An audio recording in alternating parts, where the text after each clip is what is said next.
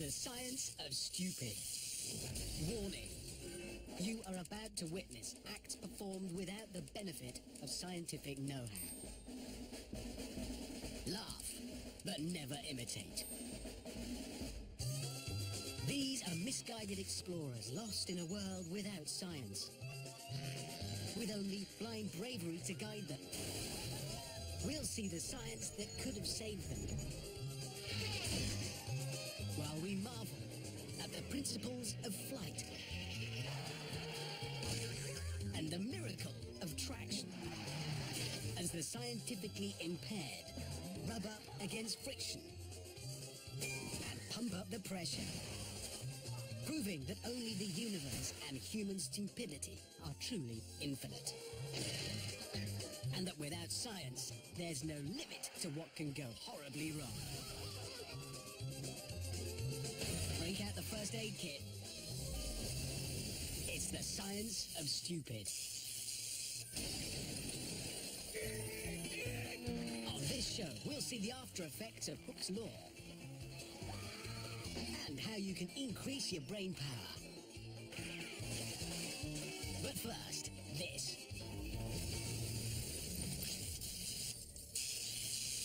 A gentle breeze on a hot summer afternoon can be enormously refreshing. But sometimes, if the wind is strong enough, it can have devastating effects.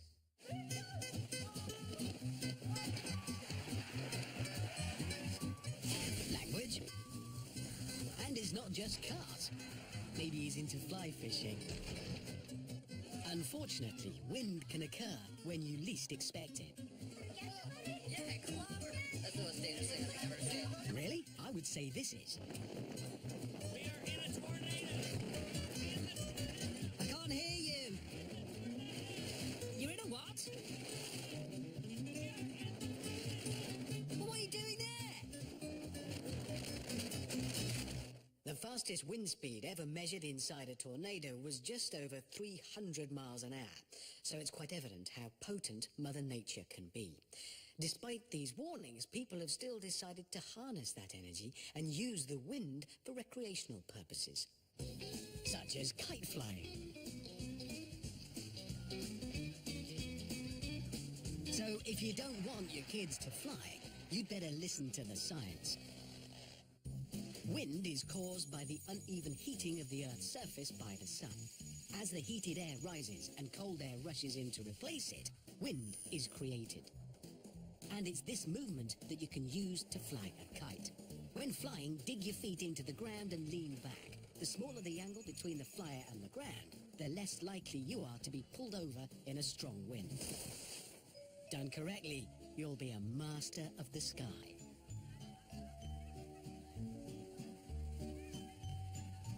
Done incorrectly, the wind will propel you into the sky and then into the ground.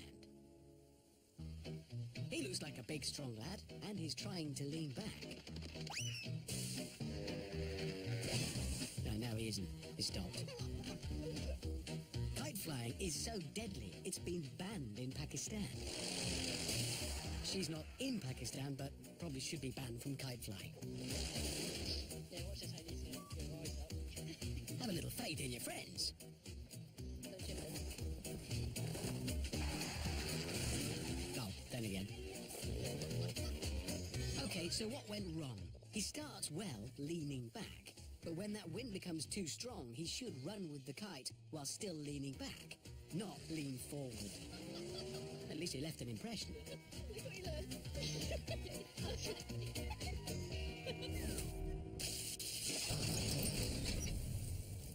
There's nothing quite like an open expanse of water in front of you and a couple of 100 horsepower behind you. The wind in your hair, salt in your nostrils, and the steering wheel in your face. So, boat owners, if you want your day on the water to be plain sailing, pay attention to the science. Boats use the water's buoyancy to support them, but travelling through the water creates drag and slows you down. The way to avoid this drag is to get enough power to propel you across the surface of the water instead. This is called planing. The boat now comes into contact with the water less and can go faster. But as the front of the boat lifts, more air can get underneath, increasing instability. So, is putting a NASCAR-style V8 engine into a 13-foot aluminium boat and racing it at speeds of up to 80 miles an hour really a good idea? Yeah. Jet sprint boats, capable of such tight turns that the driver and navigator can experience a whopping 7 Gs every few seconds. With forces like that at play, lightning-fast reactions are a must. Especially for the spectators. Now, if you've got plenty of money and even larger wake fronts, you can take it to the next level with a hydroplane. But before you do, remember this little fact. For every 10% increase in speed, there's a 20% increase in lift. So in seconds, the boat turns from a hydroplane into an aeroplane. This guy knows his stuff. The hull's touching the water with an area about the size of a handkerchief, reducing drag and increasing speed. But has he thought this through? Minimal water contact also reduces stability. At least there's nothing to bump into. Except that. Yeah. Maybe he wants to go into advertising? Well, he just did. With 3,000 horsepower, this hydroplane is barely touching the water. What can go wrong? Oh yeah, that. These 6,000-pound hydroplanes are the heavyweights of water sports, covering the space of a football field in a second. But remember, the less you touch the water, the more susceptible you are to this. The boat's broken in half. However fancy the boat, the physics remain the same. The moral of the story, if you can afford a powerboat, take care at speed.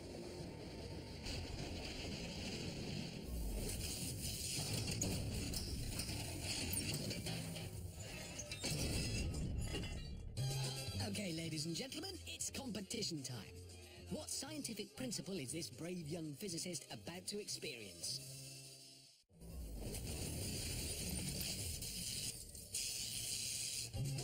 Who managed to peek into the fate of this plucky physicist? He's using the principle of the lever. You put weight on one side and get force out the other. So you really don't want to be standing there unless you want to reenact Tchaikovsky's famous ballet, The Nutcracker. According to a recent scientific study, someone who's practiced juggling for just 6 weeks increases the wiring in parts of their brain responsible for hand-eye coordination by almost 5%. But if they're so clever, why would they want to do something like this?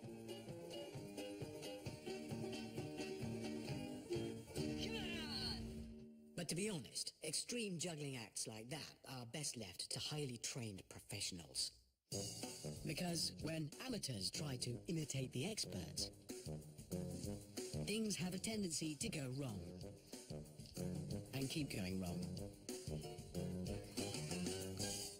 To help people like him, here's some science. In essence, juggling comes down to simple projectile motion, with each ball following a neat parabolic arc.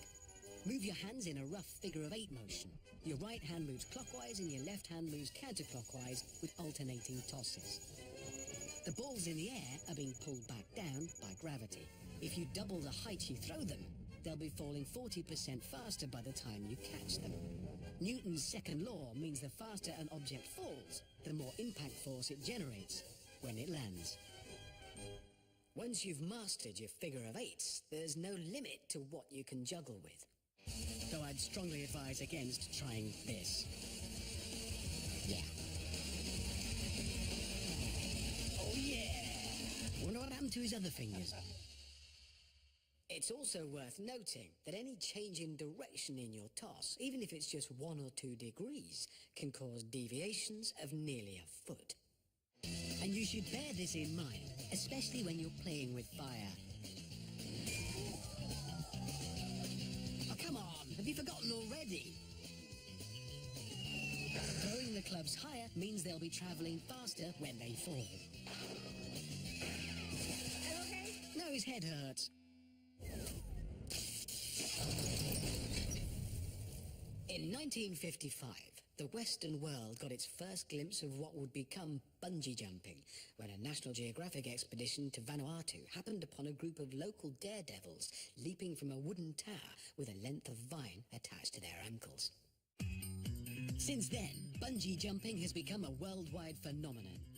Some bungees are made up of over 1,000 strands of elastic, allowing jumpers to dive from death-defying heights and survive. The current record is over 1,000 feet. That's the height of the Eiffel Tower. Bungee jumping is also attractive to practical jokers.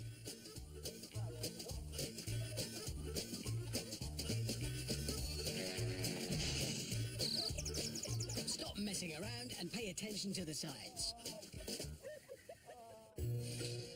Bungee cords are essentially springs. Hooke's law explains that the greater the force applied to the bungee cord, the longer it stretches. This stretching builds up elastic energy in the cord, creating the bounce. But too much force, like extra weight, and they'll overcome the elastic limit of the rope. And an understanding of that elasticity is especially important when jumping off a 360-foot bridge. Amazingly, this girl wasn't seriously hurt, but has ditched the extreme sports and taken up collecting porcelain frogs instead. That was an extreme demonstration of how the elastic limit of a bungee cord works, but you don't always need to go to such lengths. Because the same rules apply whether you're jumping off a bridge or going horizontal. The problem with running on the ground is you'll never generate enough momentum for a good stretch. And if you are going to conduct an experiment like this, I'd avoid taping your arms down. It looks like a vertical fall is by far the best way to get a good stretch. But remember, bungee cords are bespoke bits of kit, so any cost-cutting exercises using homemade bungee can only end in disaster. The ultimate bridge wedgie. Underpants elastic could work.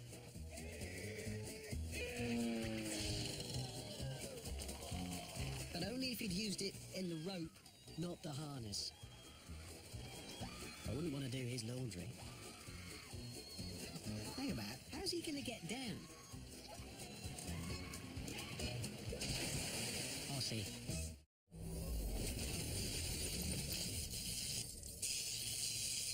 To stay upright or walk on two legs, the human body has a mind-blowingly complex system of mechanics and neuromuscular control. Just look what a well-balanced body and a healthy mind can do. In heels, for whatever reason.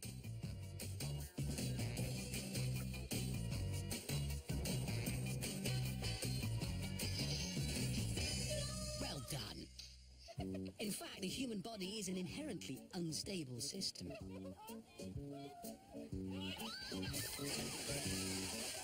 Especially when you add alcohol. Y'all watch, this is how you get on the saddle. Now we're watching. Grab hold of the saddle horn. Leg over.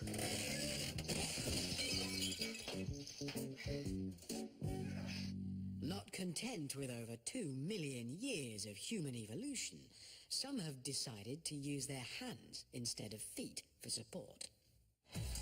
And in most cases, that's a bad idea.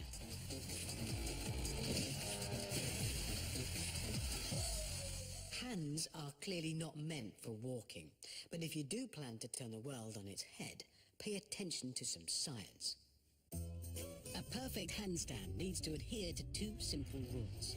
Number 1, you'll need strength. Each arm will have to take a load of around 80 pounds for the average man. And secondly, you'll need balance. Your center of mass is around your navel, so you'll want to keep it directly above your base of support, in this case, your wrists, to avoid toppling over. To save you from any embarrassments, why not start practicing in the privacy of your bedroom? But don't forget, a perfect handstand requires strength. How much strength? More than that. Nothing to see here. Move along. When you're more confident, you can progress to your living room. It's probably worth remembering that falling on your head from a height of 1 metre carries a 50% chance of serious injury. Maybe she wants to be on the telly. But if a stable chair isn't up to scratch, what about an office chair? Oh, let's rewind. At this point, his centre of mass is too far forward for the chair to remain stable. You don't do that. But some people aren't satisfied with just doing a handstand. They want to walk as well. This is a highly trained gymnast. Not only does he have extraordinary balance, but has bags of upper body strength allowing him to move from one hand to the next. As with the static handstand, he makes sure his weight is distributed evenly, in front and behind his wrists. This isn't a highly trained gymnast. He hasn't got bags of upper body strength, and he hasn't got extraordinary balance. In fact, I don't think he's a gymnast at all.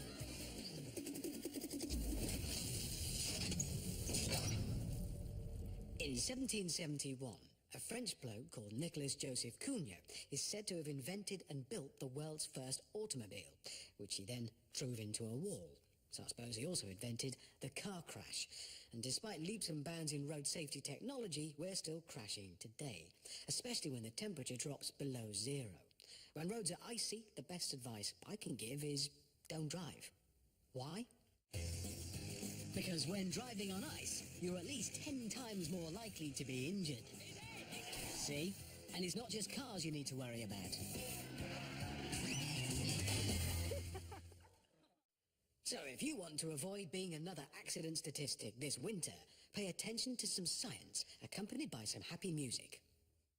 It isn't the ice that's the problem, it's the water that sits on top of it. In cold weather, a very thin layer reduces the friction between the road and the wheels. Sending too much power to the wheels means you'll overcome the tyre's adhesion limit and your wheels will spin. That lack of friction also makes steering very difficult, so a sharp turn like this is almost impossible. Instead, your actual path will be more like this. And it's the same with braking, as insufficient friction means you'll keep moving forwards until something else stops you. And one friendly piece of advice before you begin experimenting with friction: check the thickness of the ice. With the ice checked, it's time to begin driving. Done correctly, with no excessive acceleration or braking. Friction, and therefore traction, is maintained, and you'll move more safely across the ice. Done incorrectly, any excessive revving means you'll always have an uphill struggle. Or downhill. Just a struggle, really. And with hardly any friction between the tyres and the ice, any traction will be overcome by gravity. Meaning a road this icy should never be attempted. Even on foot. Are you alright? Once you manage to get on the open road, approach bends with caution. And remember, stopping's also a problem when there's no friction. Sometimes it's easier to understand scientific principles by going back to basics and using simple apparatus. And sometimes it's not. So let's recap. Snowy conditions create a layer of water between the tyres and the road, decreasing friction and making it difficult to steer and stop. Okay, so shall we see that in action again? Here's a normal suburban road, transformed into a scene from Swan Lake, but with fewer tutus. Well, I'm assuming. I can't actually see the drivers. So make sure when steering, turning, or just coming to a stop, that you always have enough friction to overcome your inertia. Otherwise, the scene from Swan Lake turns into a scene from Carmageddon.